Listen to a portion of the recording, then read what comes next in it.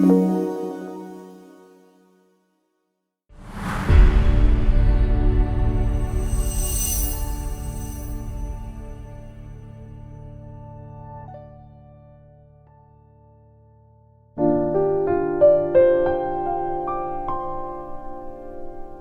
사실 사람은 이름을 굉장히 중요하게 생각합니다.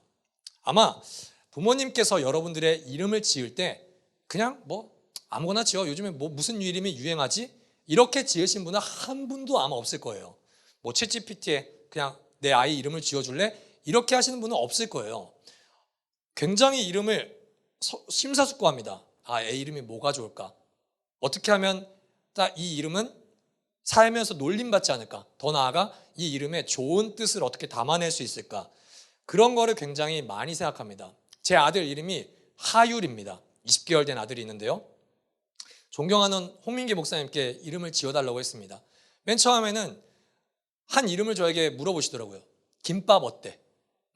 밥 굶지 말라는 뜻으로 김밥 어떠니? 물론 장난이셨겠죠. 만약에 진심이었으면 라이트하우스를 탈퇴했겠죠. 네, 그와 동시에 이름을 알려주신 게 바로 하율이었습니다.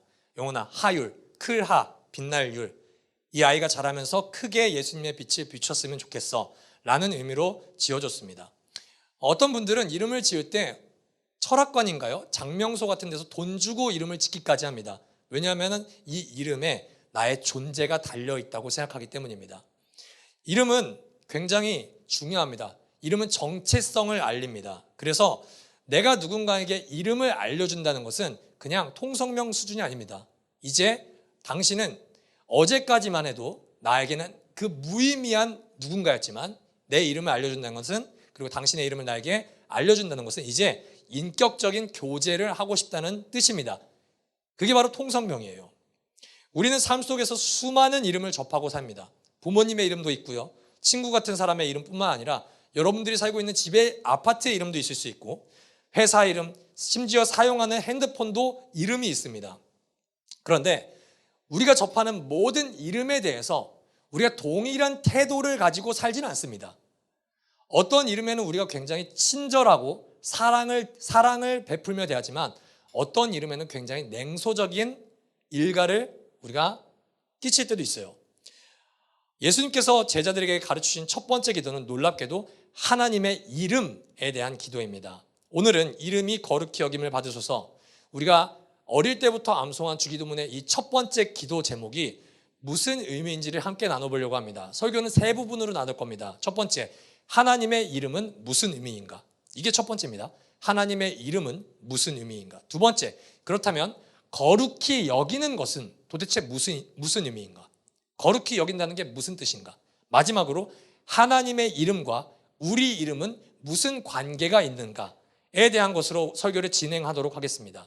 먼저 하나님의 이름은 무엇인가? 자, 출애굽기라는 성경에서는요, 피조물인 인간이 처음으로 하나님께 당신의 이름은 무엇입니까? 이것을 질문하는 장면이 등장합니다. 여러분이 너무나도 잘 아는 인물인데요, 모세라는 인물이죠. 모세가 불타는 떨기나무 앞에서 하나님께 이집트로 가서 하나님으로부터 이집트로 가서 이스라엘 민족을 구원하라는 소명을 받습니다. 모세야, 지금 이집트로 가라. 저기에 내 백성들이 고통당하고 있다. 가서 그들을 구출해라. 가나안 땅으로 가라. 그때 모세가 하나님께 이름을 여쭤봅니다. 자, 출애굽기 3장 13절. 모세가 하나님께 아뢰었다. 제가 이스라엘 자손에게 가서 너희 조상의 하나님께서 나를 너희에게 보내셨다 하고 말하면 그들이 저에게 그의 이름이 무엇이냐 하고 물을 터인데 제가 그들에게 무엇이라고 대답해야 합니까? 자, 여기서 이 모세의 질문을 받은 하나님이 이제 대답하시면 됩니다. 모세야, 너의 백성이 너에게 내 이름을 물어보거들라. 내 이름은 뭐뭐야 라고 대답해 주면 돼. 자, 근데 이 대답이 너무 웃긴 대답입니다. 자, 하나님이 모세에게 대답하셨다. 나는 곧 나다. 너는 이스라엘 자손에게 이르기를 나라고 하는 분이 너를 그들에게 보냈다고 하여라. 개역개정에는 스스로 있는 자라는 번역이 되어 있습니다. 여러분, 나는 곧 나다. 영어로 I am who I am. 이게 무슨 이름이에요? I am Kim. 뭐 I am Peter, 뭐 이런 이야기를 하시면 되는데 하나님은 I am who I am, 이런 생뚱맞은 대답을 하십니다. 왜 자신을 이렇게 소개하실까요? 왜 자신을 이렇게 계시하실까요? 여러분, 하나님이 내가 이름을 이렇게 이야기한다는 것을 후대에 사람들이 성경을 통해서 못 볼 거라고 예상하셨을까요? 아니요. 지금 오늘 예배드리는 우리도 하나님의 이름을 나는 곧 나다 라고 보실 것을 하나님이 알고 계셨습니다. 여러분, 학자들은 이렇게 주장합니다. 나는 곧 나다라고 하나님이 이름을 말씀하신 이유는 나를 그 어느 누구도 이름을 붙여서 정의할 수 없다라고 말씀하신 거다. 그러니까 거북이 하면 거북이라는 이미지가 있고 멍멍이 하면 멍멍이라는 이미지가 있지만 하나님이라는 존재는 우리의 생각과 우리의 특정한 이미지로 하나님을 정의할 수 없다라고 말씀하는 겁니다. 예를 들어 창세기에는 하나님이 이름을 물어보진 않았지만 자신을 소개하는 장면이 하나가 있습니다. 그게 뭐냐? 나는 전능한 하나님이야. 나는 엘샤다이야. 여러분, 근데요, 만약에 사람들이 하나님을 하나님은 엘샤다이예요 라고만 정의한다면 하나님을 뭐라고만 생각할까요? 전능이라고만 생각할 겁니다. 그치? 우리 하나님은 내가 무엇을 기도하든 혹은 내가 기도하지 않더라도 하나님께는 불가능이 없는 분이지 라고만 생각할 겁니다. 만약에 하나님의 이름을 공의, 저스티스 이렇게 이름을 붙인다면 하나님은 정의로운 분이지, 죄에 대해서 심판을 하시는 분이지 라고만 생각할 거예요. 하나님을 사랑 혹은 은혜라고만 이름을 붙인다면 하나님은 무한하신 은혜만 갖고 계신 분이지, 이렇게 정의하는 게 바로 우리 인간의 속성입니다. 그런데 하나님은 우리 사람에게, 피조물들에게 정의당하시는 분이 아닙니다. 우리가 함부로 우리의 생각의 틀 안에 하나님은 이런 존재야 라고 규정할 수 있는 분이 아닙니다. 하나님은 오직 자기가 자신을 계시합니다. 그래서 하나님이십니다. 그래서 I am who I am입니다. 여러분, 구약 성경을 보면요, 하나님은 우리와 형상으로 교제하지 않으세요. 뭐라고요? 형상으로 교제하지 않으신다고요. 이미지로 교제하지 않으세요. 근데 구약 성경에서 그리고 신약 성경에서 하나님은 우리와 뭘로 교제하시냐? 이름으로 교제하십니다. 뭐라고요? 이름으로 교제하신다고요. 아브라함이 이삭을 바칠 때 하나님은 자신의 이름을 계시하십니다. 아브라함아, 내가 너의 삶의 모든 것을 준비할 거야. 여호와 이래. 전쟁이 일어날 때 하나님은 준비하시는 하나님을 뛰어넘어서 내가 너의 승리의 깃발이 되어줄게.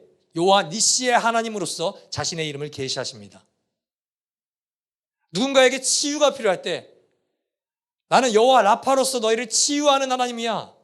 누군가가 평안이 없을 때 나는 여호와 샬롬으로서 너와 함께하는 하나님이야. 그러니까 평안을 누리렴. 이렇게 끝없이 자신의 이름을 점진적으로 계속 역사 속에서 증거하세요. 그리고 신약 성경이 시작되자마자 하나님은 여호와 이레, 여호와 니시, 여호와 라파, 여호와 샬롬, 그리고 수많은 이름 뒤에 가장 결정적인 이름을 우리에게 드러내십니다. 바로 예수라는 이름이요.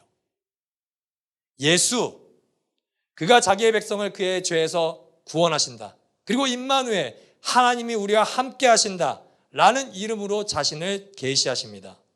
또한 그의 아들 예수 그리스도와 성령님이라는 이름 역시 알려주시면서 하나님은 이제 어떤 존재이시고 어떤 일을 하시는 분인지 우리에게 완벽하게 증거하세요. 그래서 사도 바울은 이제 사도행전 4장 12절에서 이런 얘기를 합니다. 사도행전 4장 12절. 이 예수 밖에는 다른 아무에게도 구원은 없습니다. 사람들에게 주신 이름 가운데 우리가 의지하여 구원을 얻어야 할 이름은 하늘 아래에 이 이름밖에 다른 이름이 없습니다. 여러분, 구약에서는 하나님이 수많은 이름을 증거하셨습니다. 그런데 이제 예수 그리스도께서 이 땅에 오심으로 이제 우리는 예수 그리스도라는 이름을 통해서 하나님께서 모든 약속하신 축복을 선물로 받습니다. 구원의 은혜와 하나님의 권능이 성자 하나님인 예수 그리스도를 통해 우리에게 주어집니다. 더 나아가 그 이름을 믿음으로 우리는 하나님을 전능한 하나님, 치유의 하나님, 승리의 하나님으로 부르는 것이 아니라 지난주에 우리가 불렀던 이제 아빠, 아버지라는 이름으로 하나님을 부르게 됩니다. 여러분, 이것은 구약 성경에 그 어느 누구도 누릴 수 없었던 하나님의 이름이었습니다. 자, 그렇다면 우리에게는 이제 하나님은 아버지가 되십니다. 아버지라는 이름이 있습니다. 예수 그리스도는 성자 하나님이라는 이름이 있습니다. 우리와 오늘도 함께 하시는 하나님의 영은 성령 하나님이라는 이름이 있습니다. 그렇다면 두 번째, 그 이름을 거룩히 여긴다는 말이 무엇일까요? 이게 굉장히 중요합니다. 거룩히 여긴다는 말은요, 착하게 여긴다, 따뜻하게 여긴다는 그런 표현이 전혀 아닙니다. 거룩은요, 구별하다라는 의미를 가지고 있습니다. 여러분, 이거를 꼭 기억하십시오. 구약 성경에든 신약 성경에는 거룩이라는 단어가 나올 때 이 뜻은 반드시 구별하다라는 이름을 가지고 있어요. 의미. 자, 근데 우리가 일상생활에서 구별하다라는 단어 쓰십니까? 잘 안 써요. 그러니까 사실 우리는 계속 거룩, 구별하다. 이름은, 뜻은 들어봤는데 이게 실제로 어디에 사용되는지 우리는 잘 모르는 경우가 굉장히 많습니다. 자, 이것을 쉽게 설명하기 위해 이정규 목사님이 쓰신 예수님의 기도학교라는 책의 한 부분을 인용하겠습니다. 이 책에서 이런 말을 해요. 아직 띄워주지 마십시오. 우리에게 여러 가지 펜이 있어요. 모나미 볼펜을 예로 들게요. 똑같은 모나미 볼펜이 여러 가지가 있는데 그 펜들 중에 하나는 돌아가신 아버지가 우리에게 유품으로 남기신 펜이에요. 거기에는 아빠의 이름이 있어요. 똑같은 기능을 합니다. 똑같은 색깔입니다. 똑같은 펜입니다.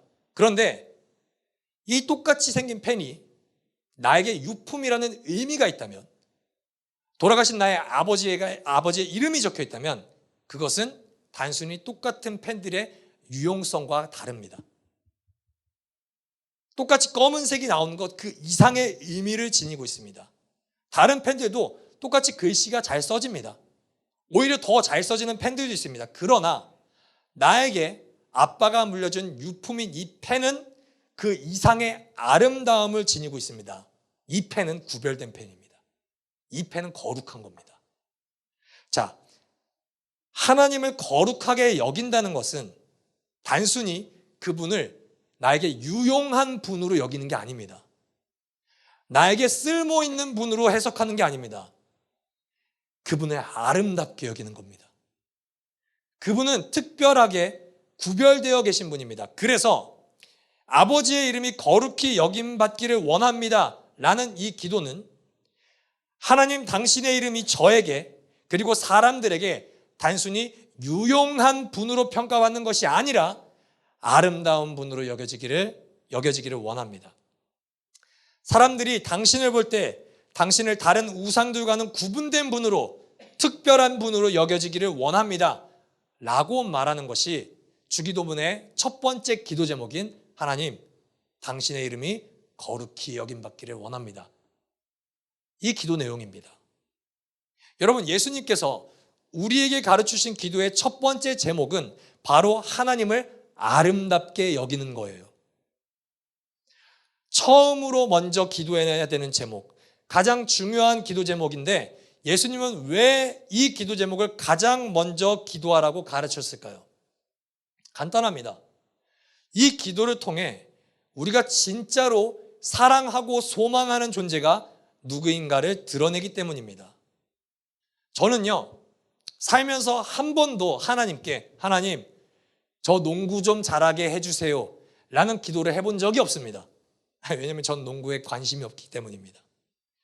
더 나아가 조금 창피하긴 한데요, 하나님 저는 공부를 잘하게 해주세요 라는 기도 제목도 하나님께 드린 적이 없습니다. 왜냐하면 제 성적은 기도로 해결될 게 아니었기 때문입니다.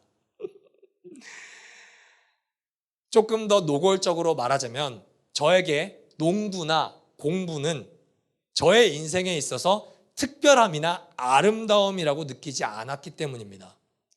대신에 저는 매주 기도하는 제목이 있습니다. 하나님, 저는 좋은 설교자가 되고 싶습니다. 주일마다 이 설교를 가지고 설교문에 이제 파일을 닫기 버튼을 누르기 전에 저는 항상 하나님께 기도합니다. 하나님, 이 설교가 오늘 저와 듣는 모든 이에게 복음이 되게 해주십시오. 또 기도하는 제목이 있습니다. 매주마다 기도하죠. 매일마다 기도합니다. 하나님, 우리 교회에 부흥을 허락해 주세요. 이것은 저의 욕망입니다, 여러분. 이것은 다른 말로 하나님, 내가 좋은 설교자가 되는 일과 우리 교회가 부흥되는 일은 저에게 있어서 거룩한 일입니다 라고 기도하는 것과 똑같습니다. 여러분, 그거 아십니까? 우리가 기도하는 대상은 곧 우리가 욕망하는 대상입니다. 우리가 거룩하게 여기는 대상입니다. 만약에 우리 애가 이것을 혐오하는 대상이라면 우리는 이것을 놓고 기도하지 않습니다. 그 말은 즉슨 내가 가장 먼저 기도하고 내가 가장 많이 기도하고 내가 가장 중요하게 기도하는 것은 내가 가장 거룩하게 여기는 대상이라는 말이에요. 만약에 자신을 크리스찬이라고 고백하는 야구 선수가 있습니다. 일상에서 한 번도 기도하지 않습니다. 그런데 야구 시합에 자기가 출전하는 날만 하나님께 하나님, 우리가 이기게 해주세요. 내가 뛰어난 활약을 하게 해주세요 라고 기도한다면 그 사람에게는 하나님, 저에게는 야구가 거룩합니다 라고 기도하는 거예요. 여기 야구 선수는 없죠. 대신에 여기는 사업을 하는 사람들이 있습니다. 평소에 하나님께 전혀 기도하지 않다가 사업의 매출이 떨어질 때 하나님, 매출을 올려주세요. 제발요. 저는 지금 간절합니다 라고 기도한다면 당신은 하나님께 하나님, 나에게 사업은 거룩합니다 라고 기도하고 있는 것입니다. 박영돈 교수님이라는 분은요, 밥심으로 사는 나라라는 그의 책에서 이 첫 번째 기도를 이렇게 정의합니다. 우리 기도의 중심이 하나님인지 자신인지, 우리가 하나님 나라를 지향하는지 이 세상을 지향하는지를 확실히 볼 수 있게 합니다. 기도의 중심이 바르지 않으면 우리 기도는 자연스럽게 자기중심적이고 세속적이며 무속적이고 기복적인 방향으로 흐를 수밖에 없습니다. 여러분, 우리가 하나님의 존재를 아름답게 여기고 하나님의 이름을 가장 우리에게 소망하는 존재로 기도하지 않는다면 우리는 철저하게 세상의 필요를 구하는 기도만 할 것입니다. 그 기도를 하지 말라는 게 아닙니다. 저도 그 기도를 합니다, 여러분. 그런데 계속해서 욕망을 쏟아내는 기도만 되풀이한다면 우리는 기도의 목표를 모릅니다. 하나님께서 우리에게 기도라는 행위를 주신 목적도 깨닫지 못합니다. 더 나아가 가장 심각한 것은 기도를 아무리 해도 하나님과 친밀하고 깊은 교제를 기도 가운데 누릴 수가 없습니다. 어떻게 하면 하나님의 이름을 거룩하게 여기는 기도를 할 수 있을까요? 여러분, 그냥 단순히 사도신경 암송하고 주기도문을 계속 암송하듯이 그냥 내가 기도할 때 하늘에 계신 우리 아버지요, 이름이 거룩히 여김을 받으시오며, 이거를 무슨 주문 외우듯이 외우는 게 기도가 아닙니다. 예수님이 우리에게 기도를 가르쳐 주실 때는 야, 내가 기도문 적어줄 테니까 이거 그냥 때려 박아. 눈 감고 이거만 100번 암송해. 이거는 기도가 아니에요, 여러분. 이거는 주문입니다. 여러분, 주기도문을 설교하면서 저는 여러분에게 지속적으로 말씀드릴 겁니다. 주님이 가르치신 기도 주기도문은 주문이 아닙니다. 우리 기도의 방향이자 목적지입니다. 기도하는 마음의 방향을 알려주시는 거예요.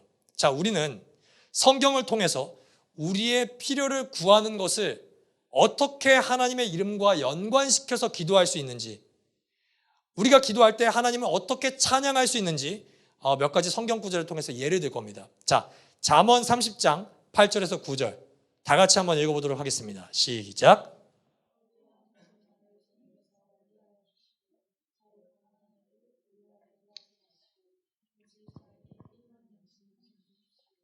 제가 배가 불러서 주님을 부인하면서 주가 누구냐고 말하지 않게 하시고 제가 가난해서 도둑질을 하거나 하나님의 이름을 욕되게 하거나 하지 않도록 하여 주십시오. 여러분, 이 구절이요, 문장만 봤을 때는 뭡니까? 나 굶기지 마세요 하나님, 이거예요. 하나님, 나 망하면 가난해집니다. 가난해지는 것은 싫어요. 여러분 솔직히 여러분 하나님께 재물 달라고 기도 안 하십니까? 기도해야죠. 기도를 하시는 게 정상입니다. 오늘 일용할 양식을 달라고 하나님께 구하는 것은 우리에게 특권입니다. 그런데 이 사람이 부유해서 내가 하나님을 잃어버리지 않게 해달라고도 기도하죠. 우리는 이 기도를 사실 잘 안 하거든요. 근데 그 이유와 목적이 있어요.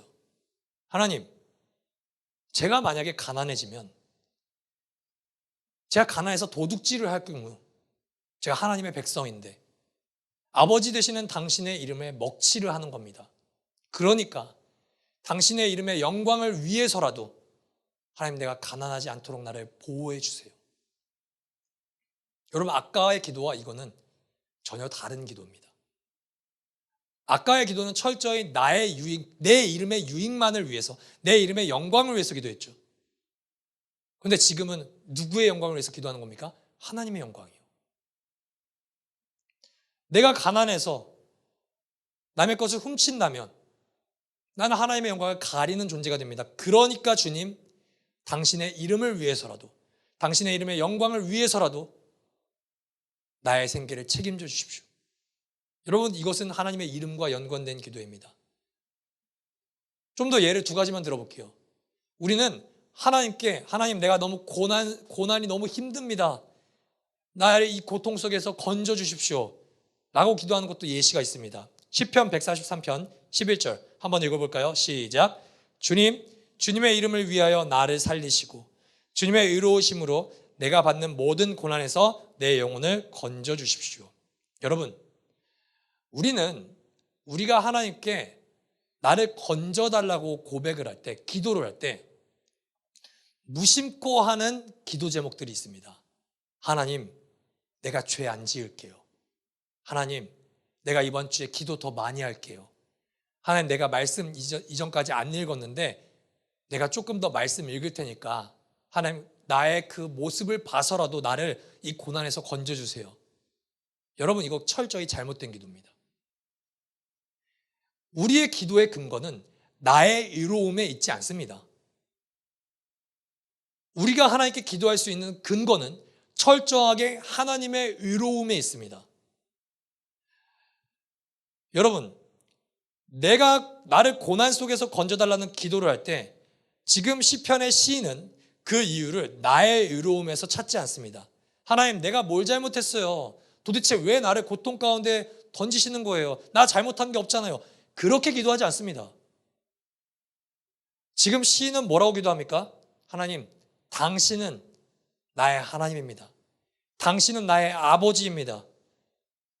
그런데 내가 고난 속에서만 살고 있는 모습을 사람들이 보고 비방한다면 하나님, 아버지이신 당신을 비방하는 것과 똑같습니다. 그렇기 때문에 하나님, 나를 이 환난 속에서, 나를 이 고난 속에서 건져주십시오. 당신의 이름의 영광을 위해서요. 여러분, 이렇게 기도해 주셔야 됩니다. 우리의 노력과 우리의 의로움을 근거로 하는 기도가 아니라 하나님의 의로움을 근거로 하는 기도, 그 기도에는 당신의 이름이 반드시 등장하게 되어 있습니다. 더 나아가 여러분, 우리가 기도할 때는 무엇을 선택해야 될지도 기도합니다. 교회를 개척하고 저에게 가장 많이 물어보는 질문, 목사님, 이게 맞는 거예요? 이게 맞는 거예요? 여러분, 대답을 들으셨죠? 제가 늘 한결같이 뭐라고 말하나요? 몰라요. 기도하세요. 여러분들이 어느 직장을 가야 되는지 내가 어떻게 알아요? 어떤 남자를 만나야 되는지 내가 어떻게 하냐고요? 나 하나님이 아니라고. 여러분, 내가 만약에 이 남자를 만나는 거가 좋은 것 같아요. 얘가 바람 폈어요. 난 뭐예요? 쓰레기입니까, 내가 그러면? 이 회사를 들어가는 게 좋을 것 같아요. 근데 원래 들어가는 회사는 승승장구하고 내 회사가 망했어요. 그럼 내가 뭐가 되냐고요? 모른다고 물어보지 말라고. 여러분, 하나님한테 물어보면 뭐라고 하실 건데요? 갑자기 동전을 던져. 하나님, 이 회사면 앞면입니다. 뒷면이 나왔네. 뒷면이 하나님의 뜻입니까? 아니라고요. 그런 거 그렇게 역사하시는 하나님이 아니라고요. 물론 하나님이 인도하시는 길이 있겠죠. 예비하시는 길이 있겠죠. 근데 그 예비하심은 이 회사를 가냐 저 회사로 가냐 그 질문이 아니래요. 이 남자 만나냐 이 여자 만나냐가 아니라고요. 이 교회 갈까 저 교회 갈까 아니에요, 여러분. 그런데 우리 교회 오십시오. 네. 우리는 선택을 기도할 때도 이렇게 기도해야 됩니다. 띄워주십시오. 하나님, 저는 피조물이라서 무엇을 선택해야 될지 솔직히 잘 모르겠습니다. 나에게는 지혜가 없습니다. 그래서 하나님께 지혜를 달라고 기도하는 것이 아니라 내가 무엇을 선택하든지 그 선택의 순간에서, 그 선택의 현장에서 하나님의 영광을 나타낼 수 있도록 나를 인도하소서. 내가 어디에 서 있든지, 내가 누구를 만나든지 당신의 이름을 거룩하게 여기는 삶을 살겠습니다. 주님, 그 길로 나를 인도해 주소서. 여러분, 이게 가장 정직한 기도입니다. 우리가 이렇게 기도하면 우리는 하나님의 이름을 거룩히 여김과 동시에 하나님께서 우리를 가장 최선의 길로 인도하신다는 확신 또한 얻을 수가 있습니다. 우리들의 기도 속에 언제나 우리의 행위, 우리의 이름이 중심이 되는 것이 아니라 하나님의 이름이 중심이 되기를 주님의 이름으로 축복합니다. 마지막입니다. 하나님의 이름과 우리 이름의 관계입니다. 왜 하나님께서는 우리에게 가장 소중한 당신의 이름, 하나뿐인 아들 예수 그리스도라는 이름을 우리에게 주신 걸까요? 구약에서도 하나님의 이름은 많고 많았습니다. 그런데 우리가 하나님의 이름을 떠올릴 때 가장 먼저 떠올리는 이름, 예수. 이것은 우리에게 어떤 가치를 지니고 있습니까?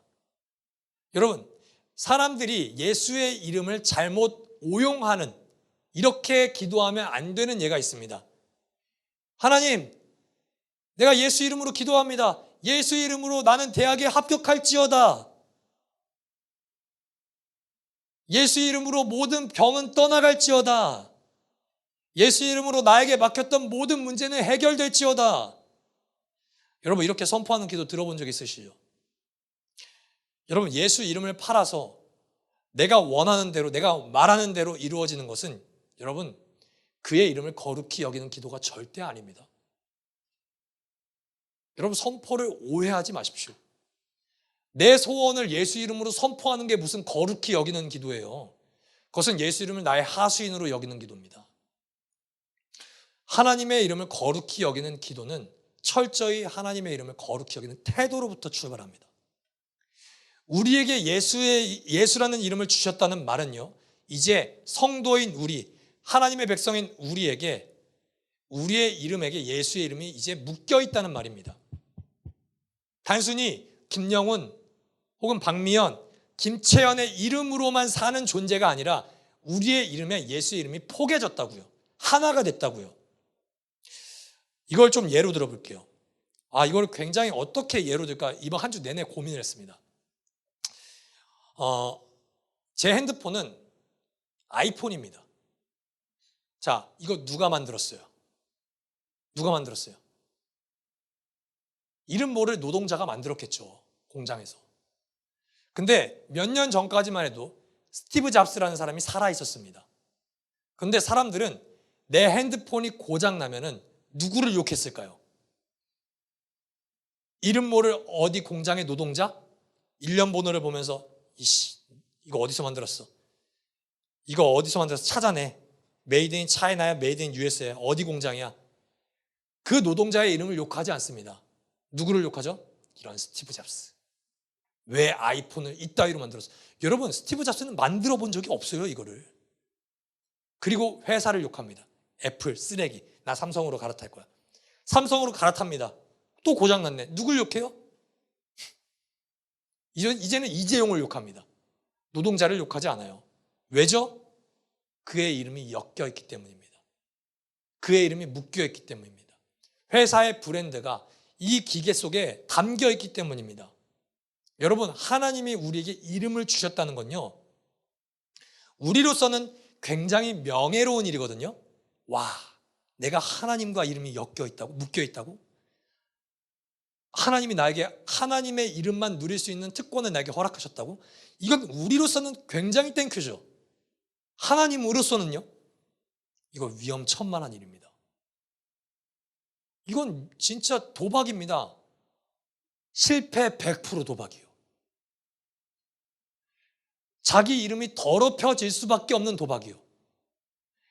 우리가 아무리 도덕적으로 살았다고 한들 죄라는 개념이 없으신 하나님의 이름과 비할 수 없습니다, 여러분. 근데 우리는 죄를 많이 짓고 삽니다, 심지어. 그래서 에스겔서 36장 20절에서 21절 한번 읽어볼까요? 시작. 그들은 여러 나라에 흩어져서 가는 곳마다 내 거룩한 이름을 더럽혔다. 그래서 이방 사람들은 그들을 보고 주의 백성이지만 주의 땅에서 쫓겨난 자들이라고 하였다. 나는 이스라엘 족속이 여러 나라에 흩어져서 가는 곳마다 더럽혀 놓았지만 내 거룩한 이름이 더럽혀지는 것을 그대로 볼 수 없다. 당신의 이름을 주셨습니다. 구약에서도요. 근데 하나님의 백성으로 여김받은 성도님들이 이스라엘 백성들이 포로기에 나라마다 흩어지자마자 가는 곳마다 어떻게 한다고요? 하나님의 이름을 더럽힌다고요. 포로에서 흩어지기 전에도 그들은 하나님의 이름을 더럽혔습니다. 이들에게는 자신에게 주어진 하나님의 이름을 거룩하게 여길 수 있는 능력이 없었습니다. 여러분, 하나님이 어떻게 주신 이름인데요? 근데 그 이름을 준 사람들이 말썽을 일으킵니다. 한두 번 기회 준 게 아니라고요, 여러분. 하나님이 당신의 이름을 모세에게 계시하신 순간부터 예수님의 이름이 계시될 때까지 한 번, 두 번 기회 준 게 아니라니까요. 여러분, 예수라는 이름을 주셨습니다. 그 다음은요. 한 번, 두 번 우리가 죄 지었습니까? 아니요. 계속 죄를 짓죠. 여러분이 하나님이라면 어떻게 하실래요? I am who I am.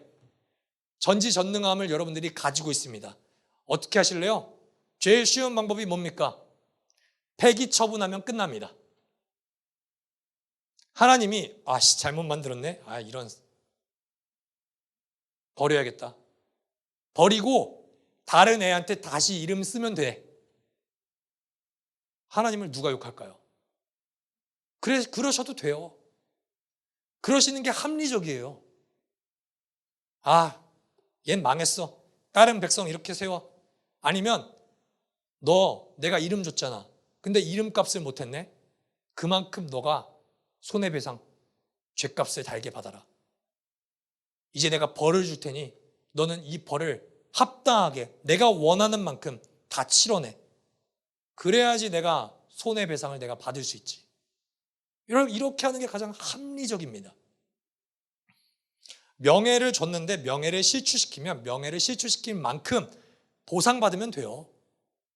그렇게 하실 수 있는 분이에요. I am who I am은. 근데 하나님이 어떤 선택을 하십니까? 에스겔서 36장 27절에서 28절 다 같이 읽겠습니다. 시작. 너희 속에 내 영을 두어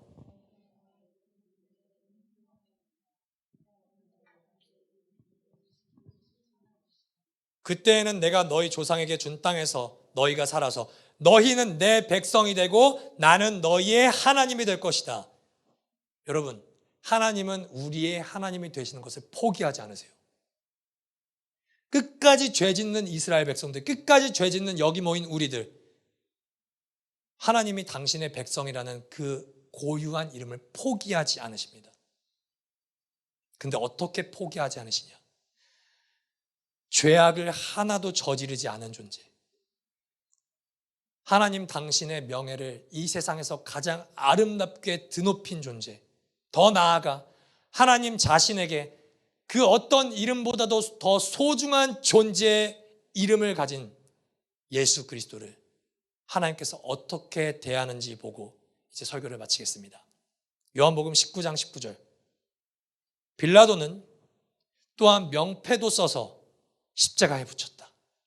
그 명패에는 유대인의 왕 나사렛 사람 예수라고 썼다.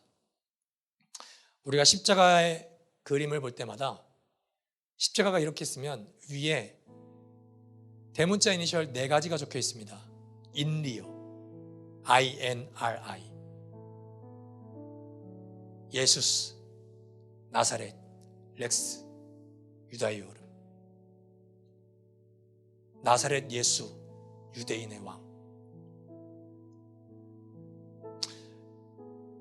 여러분, 예수는 하나님이십니다. 예수는 하나님께 가장 소중한 존재입니다. 죄를 한 번도 짓지 않은 존재입니다. 여러분, 그 이름이 지금 요한복음 19장 19절에 어디에 달려 있습니까? 죄인 중에 죄인만 달려있는 곳, 거룩이라고는 찾아볼 수 없는 곳, 수치와 멸시만이 존재하는 곳,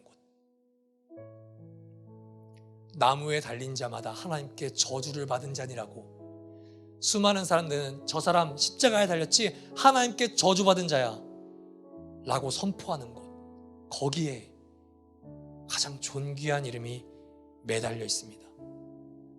벌레만도 못한 취급을 받는 자들이 달려야 되는 곳, 저와 여러분의 이름이 달려야 하는 곳에 그 십자가에 예수 그리스도의 이름이 달려 있습니다. 이 십자가에서 유대인의 왕이 아닙니다, 여러분. 만왕의 왕이요, 온 세상의 통치자요, 가장 거룩하고 존귀한 하나님의 아들의 명예가 한낱 피조물인 인간들 때문에 완벽하게 훼손이 당합니다. 그 이름이 사람들의 손가락질만 받고 외면당하고 수치를 당했습니까? 아니요, 여러분. 그 이름이 사람들에게만 외면당하는 것이 아니라 자기가 가장 사랑하는 존재인 성부 하나님 아버지로부터도 버림을 당했습니다. 생명책의 주인이신 예수 그리스도께서 생명책에 기록되지 못해야 되는 사람들이 달리는 십자가에 기꺼이 달리십니다. 저와 여러분, 이 세상의 모든 죄인들의 이름을 자신의 몸에 새기시고 그는 심판을 당하십니다. 세상 속에 존재하는 모든 사람이, 더 나아가 세상 밖에 존재하시는 하나님이 아름답고 존귀한 그 예수 그리스도라는 이름을 무자비하게 버렸습니다. 짓밟았습니다. 그 이름의 존재가 피 한 방울 남기지 않고 이 세상에서 지워졌습니다. 여러분, 그 시간 속에서 무슨 일이 일어났습니까? 그 존귀한 이름이 수치를 당함으로 우리의 이름이 하나님께 사랑받게 되었습니다. 가장 명예로운 이름이 훼손을 당함으로, 여러분, 명예를 누리면 안 되는 우리의 이름이 영원토록 영광을 누리게 되었습니다.